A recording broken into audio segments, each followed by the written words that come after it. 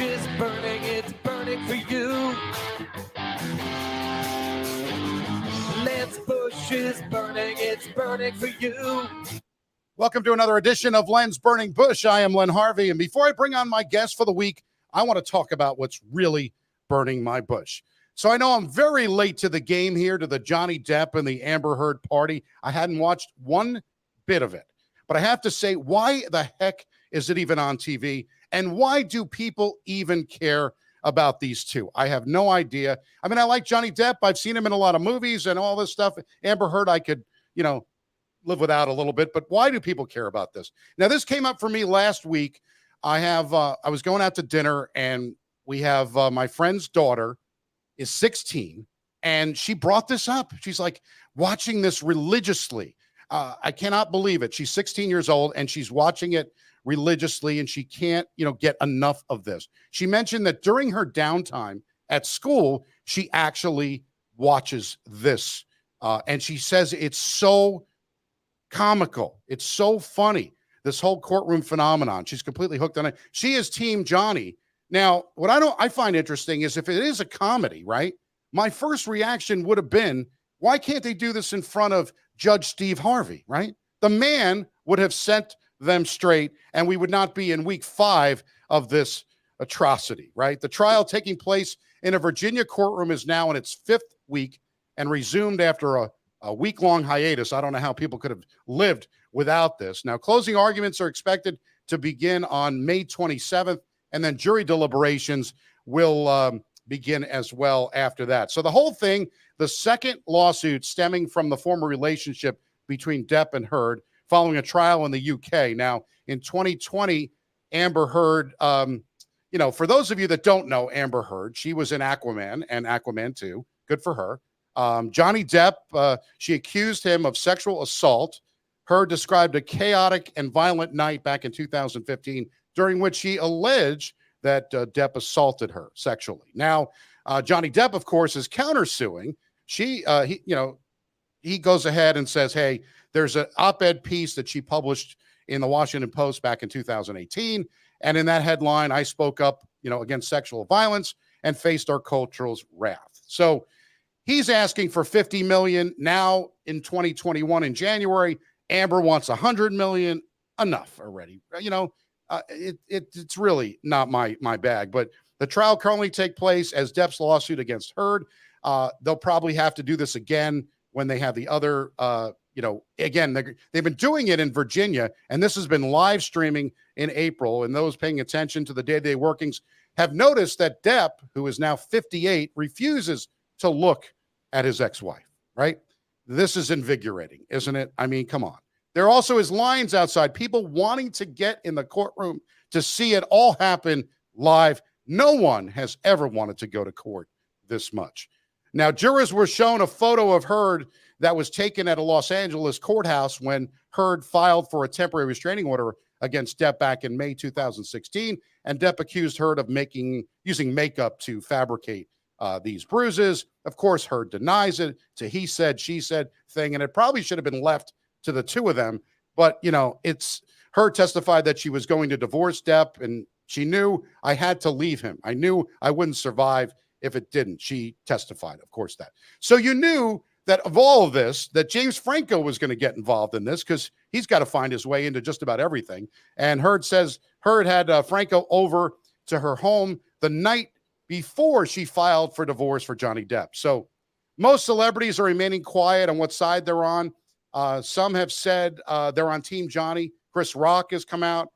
Joe Rogan, comedians Bill Burr and Jennifer Aniston has come out now. Now, on the other side, however, for Heard, it hasn't been that good. But Howard Stern didn't hold back. He blasted Depp for overacting at the trial. The legendary radio host on SiriusXM said in late April, the reason he wanted that on, he wanted it televised. Of course, Johnny wanted it televised because he's a huge narcissist, he claims. And he figured by putting this on TV, this is going to be a big thing. Stern continued, if he isn't acting, I mean, he's overacting because he's writing his own material through this whole thing. So, Johnny Depp previously testified of an incident where, this is disgusting, shown feces left behind in bed, saying it was a bizarre and grotesque. Of course, Amber Heard denies this, leaving poop on the bed as a prank on Johnny Depp. Now, she said, I don't think that was funny. All she had to do was blame the dog, right? I mean, come on, if she was going to do something like that, right? I mean, it could have saved him $100 million. And then why, what could you watch on daytime TV? I don't have a dog in this fight, but wish them well and hope it's over soon so we could stop seeing the hashtag justice for Johnny Depp. This is why I say we need to bring back game shows on daytime TV like we had in the 70s. A good match game would give us a nice cleansing of all this crap. With that being said, it's time to bring on my guest for the week. She is an actor, a comedian, native of Flint, Michigan. She's appeared in over 90 commercials, along with a slew of guest star roles in both film and television. She has a comedy special, RVs and Cats. It's available on Amazon Prime. It is terrific. And her comedy album was released in 2021. If that wasn't enough, she has a podcast that I envy, Drinking During Business Hours, available on Apple Music, Spotify, and iTunes. And she performs stand-up all over the country with her show Bottle Shot Comedy is featured also at the Hollywood Improv every month. I'm exhausted just telling about the things you do, Sarah, but I please want to welcome the very talented Sarah J. Halstead to Len's Burning Bush. I'm going to put you on the big screen over here so we can see you, but a lot of stuff there. Oh, hi.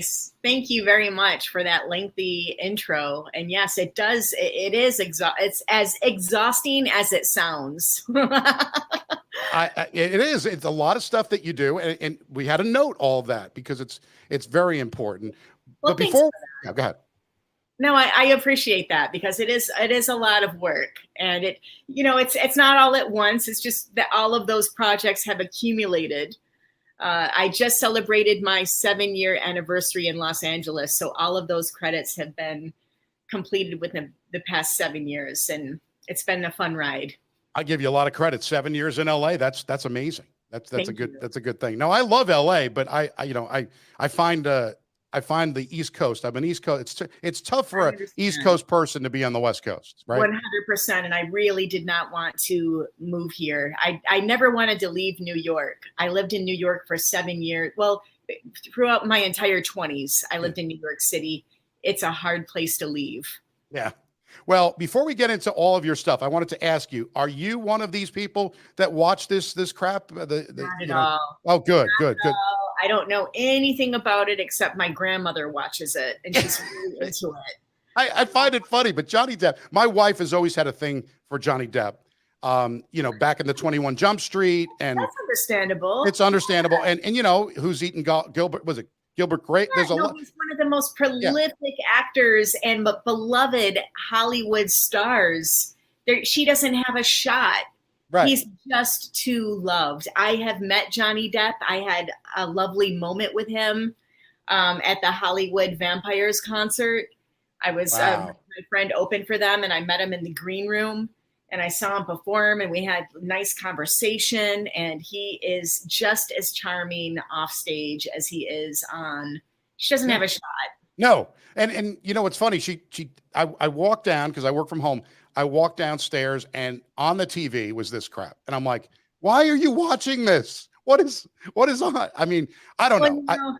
It's a nice change of pace, though. The news is so negative. It's so doomsday. It's just a low vibration frequency of vibration out there right now with it's just so scary with the war in Ukraine and the inflation and people are and COVID, and it just goes on, and the violence and the, lack of police and so at least this is kind of a fun little distraction for people. All right. You could turn me over to the other side here. See, this is I get angry. I get it off my chest and I'm good, but I just didn't see when I'm having a 16-year-old tell me about the story about Johnny Depp, I was like, oh my goodness, you're watching this thing and I could care less about it. But for her, it's like it's must see TV. I mean, it's literally. Yeah, no, a lot of people are really into it, and it's just it's brain candy for people. Yeah. I mean, it's a very tumultuous time in our world, and at least people have a category or something that they can just kind of zone out to. Well, let's get into you because that's what it's about, right? We got to do a me day, right? A me day, is that right? Me day. Yeah, that's right. You gotta So have a me day, man. yeah, your special RVs and Cats. It's available on Amazon. I did watch it, and right now you still have to pay. You can rent it, and then you have to pay for it, right? You have to pay. On Amazon, you It have to pay. was free the first year. Yeah. And then I have a contract with them, and we made that adjustment. So now I actually get checks. It's Hey, look, that's fantastic because that is what it's all about. You talked about a lot of things on it. One of the things I liked the me day. I like the fact you're wearing Yo Adrian, your little Rocky shirt on. Yeah, I love that influencer agreement with the Rocky Balboa company. and of course, living in Flint, Michigan, if you drink the water, you will die. That's all. Other than that, it's a great place to live. But the other thing I kind of found interesting in the special was the fact that you've talked about things that I talk about all the time about relationships. And I think the hardest part of every relationship is the living together part, because you're never more disgusting as you are when you're actually living with someone. When the sweatpants come out, it's pretty much over. And you brought up the fact of when you're with your boyfriend, you were like, you know what? I'm at home because I don't want him to see my Invisalign, whatever, retainer. Yeah. I don't want, that's not sexy. No. With that, and then and to wake up with it, you go for that morning kiss, and you have Invisalign breath. I know. You know I do that. And I agree 100%. If spouses could live, if even boyfriend, girlfriend, spouse, whatever it is, if they live separately, I think would be they would stay together a lot longer. Much better. He lives down the street from me. That's why my teeth are straight, Len. I just had mine done too. So they look very nice. I noticed right away. Thank you. It wasn't always the case. You had to, it took a while because, with dental work, it's funny. You get them done in the 90s and then all of a sudden 20 years later, it's all starting to fall apart again because they have some kind of deal where they got to make more money after again, they got to make money. We time to redo those babies. I also love, because I'm in, same thing in my family, being Jewish. Okay. But then I have family members that are not, right? So you would do what I call Hanukkah, right? You would do I have the combination Christmas, and you talked about your mother, who unfortunately is no longer with us. Yes. I'm sorry that, but you talked about the Hungarian Jew who wanted Christmas, and that was me. I always wanted Christmas. Sure. Let's face it. It's a little more fun, than the dreidel. Yeah. I mean, come on. We get screwed on that. Jonathan, it's kind of interesting. You listen to some comedians, and Jon Stewart is the best at it. He talks about, the fact of with the Hanukkah kerfuffle, and he talked about Easter and Passover. They've got candy and we've got a shank bone. There's no, Exactly. We can't compare to giving kids candy on Easter for Passover when you're sitting there with gefilte fish. So I got really lucky because I didn't know I was Jewish, and I was raised Christian. So I had a lot of toys. Oh. But Hanukkah, you guys, you got a lot of toys too when you were a kid for Hanukkah. I'm not saying I didn't, and I got the benefit. So what happened was, I grew up all my life. My mother would be the class mom, and she would bring the trees, a little electrical trees, to go into the room, and she would do all that stuff. But we never had a Christmas tree at home. So the first time I got my own place, I bought during the thing. I think it was on Hanukkah. I went into. Do you remember the old? I don't know if you remember. It's a store called Caldor. I think it was called. They had that must have been an East Coast or a New York or Jersey thing, but. We went and bought an electric Christmas tree and just had it in the house. And I'm like, I always wanted. I didn't see the tree was never much a religious thing. I like the tree and the lights, the smell of it, and the season of having a tree. Yeah, exactly. You got to do that. So, well, I love the other thing on your special. I don't want to give everything away, but I want people to watch it. But I love the saying how you got to meet people, and because of it, and you got to meet Ron Jeremy. I love your reaction to Ron Jeremy. I thought that was pretty funny. That material did not age well. No, it did not.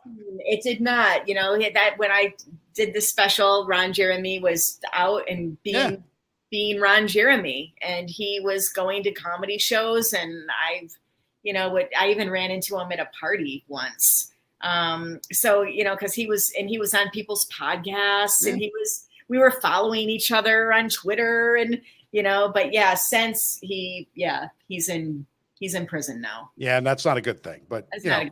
the special is great. People should go watch it, 'cause it's really great. Now, thanks. I want to ask you, how did this special come about? Like, what did, was it something that Amazon approached you? Did you approach it? Did your agent? How did that work?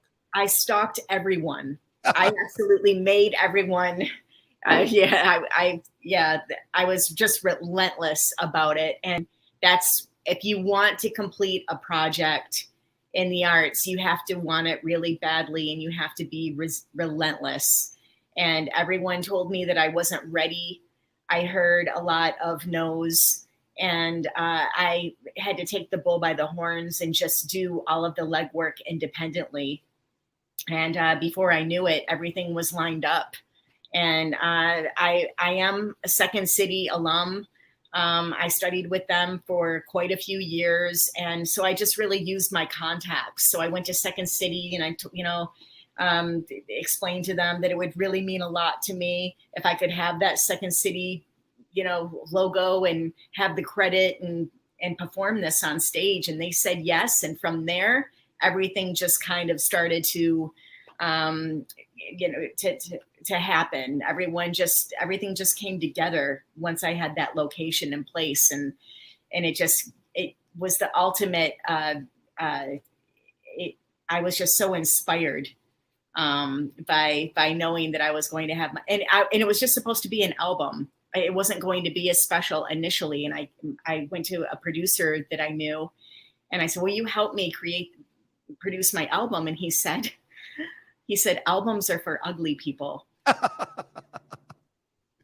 That is tremendous. That is right. It's like I've always said, that's why I have a face for radio. It's true. It's what he said, Gary Robinson. And I actually have the credit on the back of the album. Yeah. Gary, albums are for ugly people, Robinson. And but yeah, I would have never. And he really talked me into doing a special. And it's all about immortalizing your work. And it's not.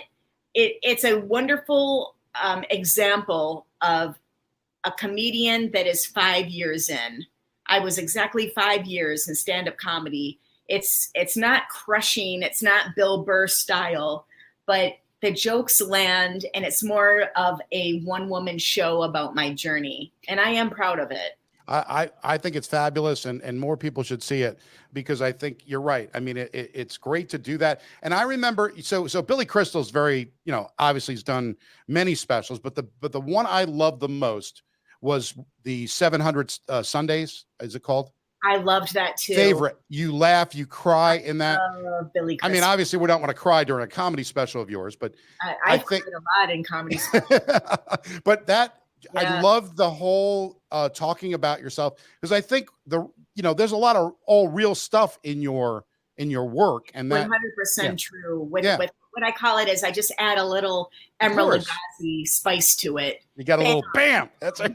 But it's the premises are all true. Yeah.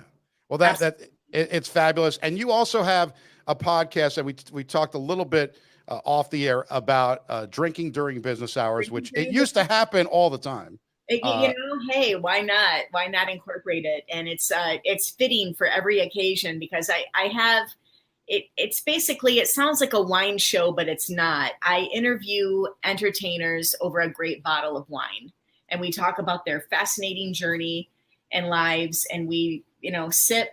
However, sometimes we chug. You never know how the interviews are going to go, but I do always provide a driver if people choose to drink a lot.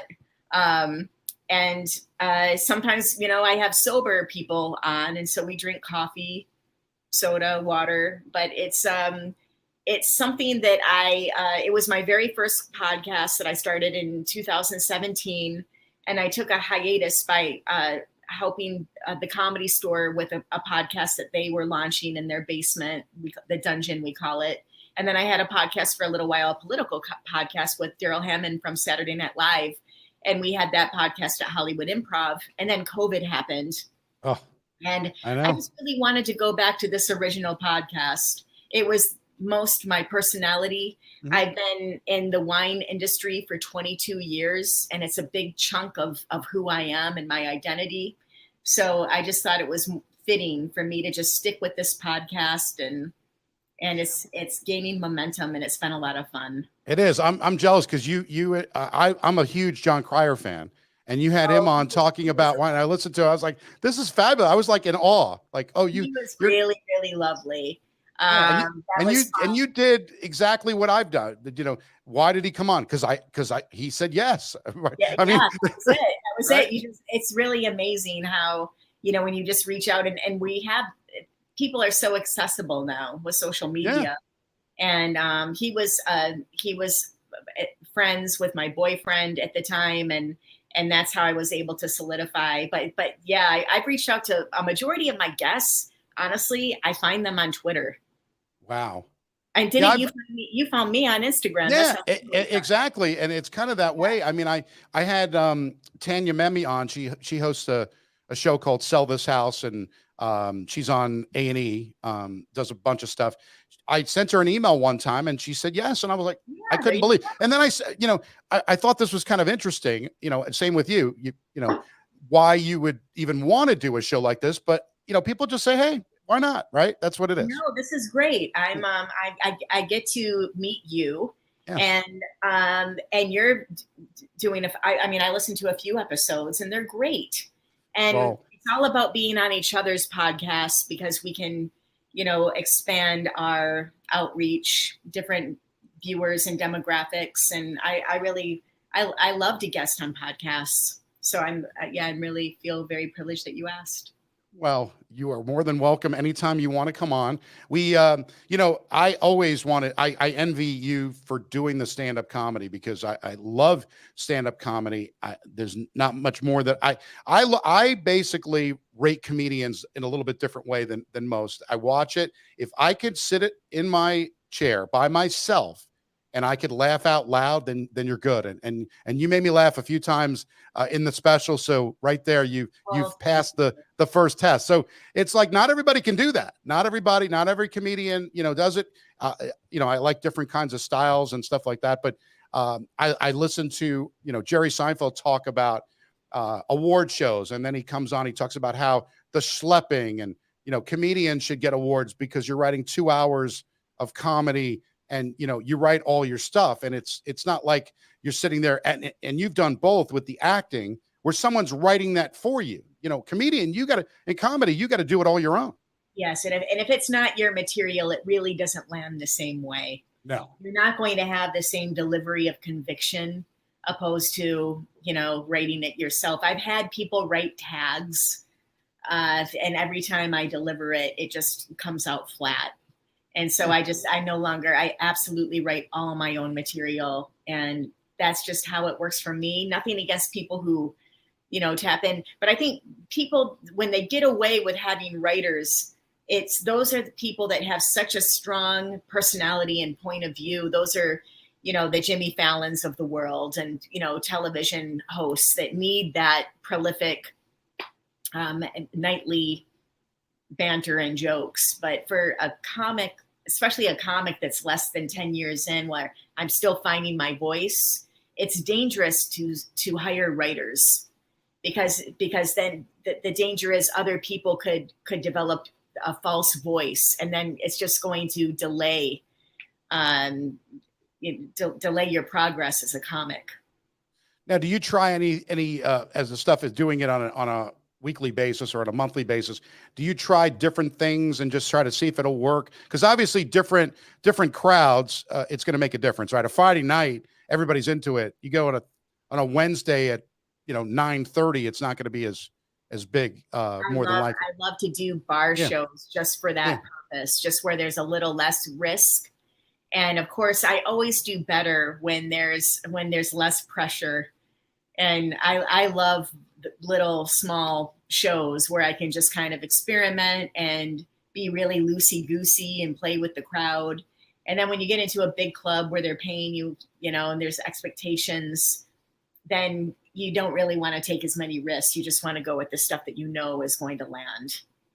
Did you happen to watch the documentary on the Comedy Store? I think it Not was on yet, Showtime. because I don't have a, a prescription to Showtime. We were You just you need, we were talking about all the different ones. I've got Showtime too, HBO, Showtime, and it's really good. You should go and I watch said it. prescription, Yeah, subscription. yeah, that's okay. We could use Prescription some too. prescriptions as well. Uh, that's all good. But no, Yeah, but no, I always CBS. I know CBS yeah. Access, Amazon Prime, Netflix, Hulu. There's But enough. yeah, I do really want to see it because I am at the Comedy Store a lot. Yeah, and it's a little bit different now than it was. And Mitzi Shore, right? So my wife and I were in LA in 1990. We were dating at the time, and we went to the Comedy Store. We saw Skip Stevenson, who was on Real People back in the day. I don't know if you remember him, but there was also, it was kind of funny. My wife went to the bathroom. She comes back. She said there was this comedian.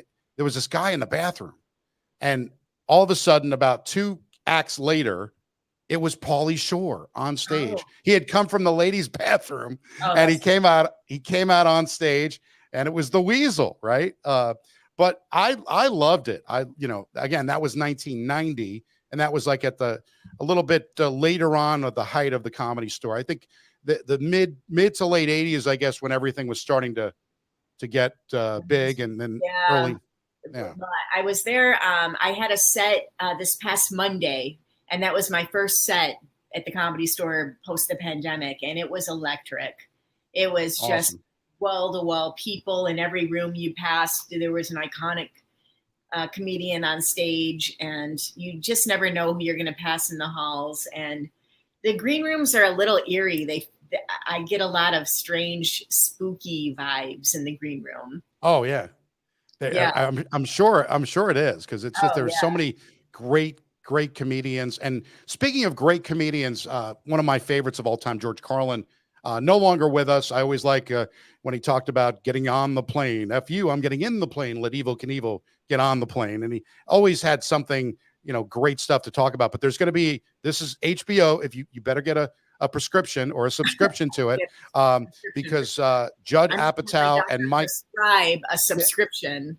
Exactly. Subscribe to HBO Max and watch Judd Apatow and Michael Bonfilio's 4-hour documentary tracing the evolution of George Carlin's career from the clean cut establishment success. Chris Rock is in it in the second episode, and he talks about how just iconic.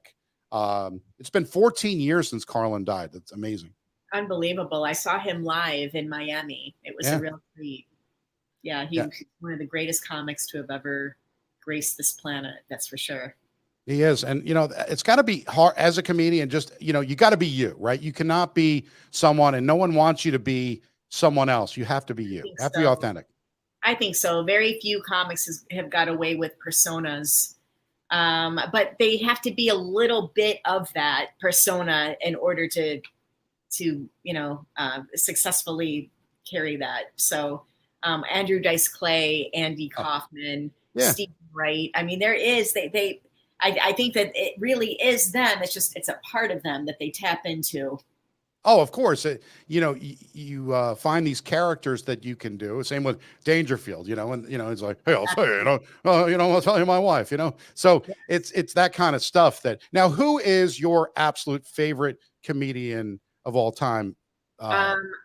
Absolute favorite comedian of all time would have to be Joan Rivers. Oh, I mean, I have to go with a female for the obvious reasons. Oh, of course. She was really very instrumental with just my influence and believing that females can be funny. Well, it's a kind of a sad story. Now Joan reinvented herself about 4 or 5 times before she finally passed away, recently. But the story that she tells about the whole Johnny thing and Fox with the TV show, it's such a sad story, that they never spoke again, and her husband. I mean, it was just awful. It really. I'm surprised that there hasn't, and I'm sure that people are working on that story. And she did one with her daughter, and I think she did one, I believe, and she went to the grave of Johnny and actually started to cry, saying, why couldn't you talk? I love you. It's like, it's just a sad state of affairs when, why would he be jealous that she wasn't trying to take over his world. She had her own world, and then they got rid of her, and she was actually had ratings, but they couldn't stand Edgar. That was the problem, she said. I would love to see that documentary, or that story, however they want to tell it. But yeah, I just, and her humor as well. I have most of her albums, and did she take a lot of risks? Oh, she did not hold back. Talk about a sharp tongue. She was amazing. And she just did not care. Mom's Mabley is another one, and she's forgotten. That makes me sad. Yeah, she never got anything. Yep. Right. But yeah, they're and then I like Jim Gaffigan. Yeah. I like him a great deal. And I think Adam Sandler's special is one of the best ever created ever. Talk about a special that makes you cry. Yeah, I did. I cried like a little baby when he did the Chris Farley thing. I mean, yeah. He's so talented. He really is. And it's funny. I love all even the silly movies. I liked, I would have loved to have been on the set with him and Kevin James and Chris Rock. And, how great would that have been just to be there. And when they were filming, can't off the top of my head, for some reason, Grown Ups 1 and 2. I enjoyed both of them thoroughly. What are your thoughts of The Marvelous Mrs. Maisel as a female comic? I couldn't get into it, but I realize I think that, that's anyone who got into that show, I get it. It's I just didn't really it just wasn't for me. I really, really tried to follow it. What do you think about it? No, I love it. I think it's great. I like what they did with Lenny Bruce. They kind of, fictitious kind of thing with Lenny Bruce. I enjoy it. It is on Amazon on Prime. I think Amazon Prime, but I like the way they portrayed her. And she did a good job for what it is. Right. I mean, she plays a great character. I watched a couple episodes and maybe I just didn't give it you got to give it a little time. Some shows, for some reason, like Succession is one on Showtime that I watched. I was told, make sure you get past the first episode, because if you stop after one, you'd be like, I'm obsessed with Succession. Yeah. I think it is the best television show ever in the history of television. Like, I love it so much. And I love Hacks. Yeah. Have you seen Hacks? I have not. It looks fantastic though. It looks great. Yeah, it looks good. I saw the commercials on it where she throws out the drink and the right? Is that the one? Yeah. I love the resurgence. Yeah, I do like that. And one person I don't understand, but they're the funniest thing is you'll see Pete Davidson seems to be getting a lot of attention these days, and he's funny. But it's not funny with sketch comedy in particular. Yeah, he is. But apparently, Edie Falco is going to play his mother in a show, and I think it's coming. It's going to be called Bupkis. Bupkis is nothing. It's a Yiddish term for Bupkis. So interesting, really. Yeah. So they're going to have that. Yeah, that would be good casting. Edie Falco is going to be on. She's going to play Davidson's mother in the comedy series, and that's Falco on it. It's interesting how that works out, but it's all good stuff. I enjoy anything that makes me laugh. I like, so I'm good. Me too. We have that in common. Yeah. Well, this has been fantastic. I'm so happy that you were able to join. We're already up on time. We could have gone probably another 30, 40 minutes. And then people, but that's for episode 2. We got to save some time for the next episode, right? You got to let me know if you're in Los Angeles drinking during business hours. You're welcome. Oh, I love it. I love it. I would love to get out there. We want to do a wine thing too. I want to, kind of do a wine tasting. We'll go around and do that. We bought, so this might be interesting for you. It's not wine, but we bought a cocktail maker. Okay. Oh. It's got, it's like the Keurig of the cocktail makers. You're a fun couple. I can tell. Yeah. We've gotten. I do. So we have my 93-year-old father-in-law living with us. Oh. So we do cocktail hour around 5 or 6. Cocktail hour. Yeah, we do. Copious cocktail hours. So we bought this Bartesian, it's called, and it has 4 cylinders of alcohol. So you put bourbon, you put all kinds of different vodka and rum, all of that, tequila, and you've got the little Keurig kind of pods, and you put the pod in, so it makes like old fashions, it makes whiskey sours. So I'm drinking these now, and now I'm going to bars and realizing that they're $17 when I go out to drink, but at home I make it for about $1.50. That's right. Why would you do that? Exactly. What are they called? Smart cups by any chance? I don't know if it's smart cups or not, but Bartesian, it's BARTES. I did a commercial for smart cups. Oh, okay. So I just went, and he's huge now, and it's Wow. very similar to the concept you're explaining. So I wondered. Yeah, I love it. I think it's great. You can make your own cocktails and have a little bar. We still like to go out too, but it's a little bit different now. I instead of getting a beer or whatever, I'm like, we'll go out. Can you give me an old fashioned with Woodford bourbon or something? Ooh, that sounds because we're in Kentucky now, and you have to have bourbon now in Kentucky. I don't know if you've ever been. I mean, I know you're from Michigan, but it has to be made in Kentucky. I agree. Yeah. So we do Woodford. We do Bullet Bourbon is another one. And that's good. That's so a good one. and look at us, the lushes. Well, I drinking during talk about booze for another hour.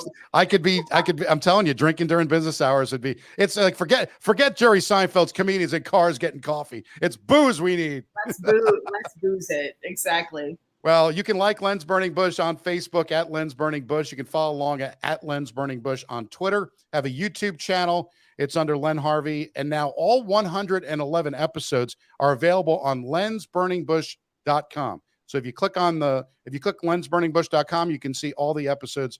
I'm starting to put more stuff up there, but all of the different episodes. We're on every platform, on iTunes, Spotify, Google Play, Podbean, iHeartRadio. You can even ask Alexa to play Lens Burning Bush, but make sure you say Lens Burning Bush podcast, because a lot of people think this is a religious show, or because of the whole thing, it could be something a little dirty, but that's not. It just means to explain. It just means things. First, I was like, wait a second, what exactly is burning here? Yeah, no, it's not that way. It's just things that aggravate me, and it's sure it aggravates a lot of people too. But I'm going to close out a little bit with my theme song, Blue Jelly, the band. Lens Bush is burning, it's burning for you. They did a great job with that song, and they actually did another one, How Can We Sleep When Lens Bush is Burning, like the Midnight Oil song. That's another good one. They are a band in Northern Kentucky. We go see them. They actually let me, on my birthday every year now, they let me sing Neil Diamond, a little Sweet Caroline, and I get to perform in front of the band. I think that is the best thing I've done. You've probably done karaoke before. I have. Yeah, sure. But there's nothing like to sing with a band. Oh, that's the preference. It right? is, it is so good. But again, thank you, Sarah. Why don't you give a little plug to your website or whatever you got coming up? Yes, so I have all of my shows, all of my schedule is on my website at sarahjhalstead@gmail.com. I also have a monthly show at the Hollywood Improv if you're local.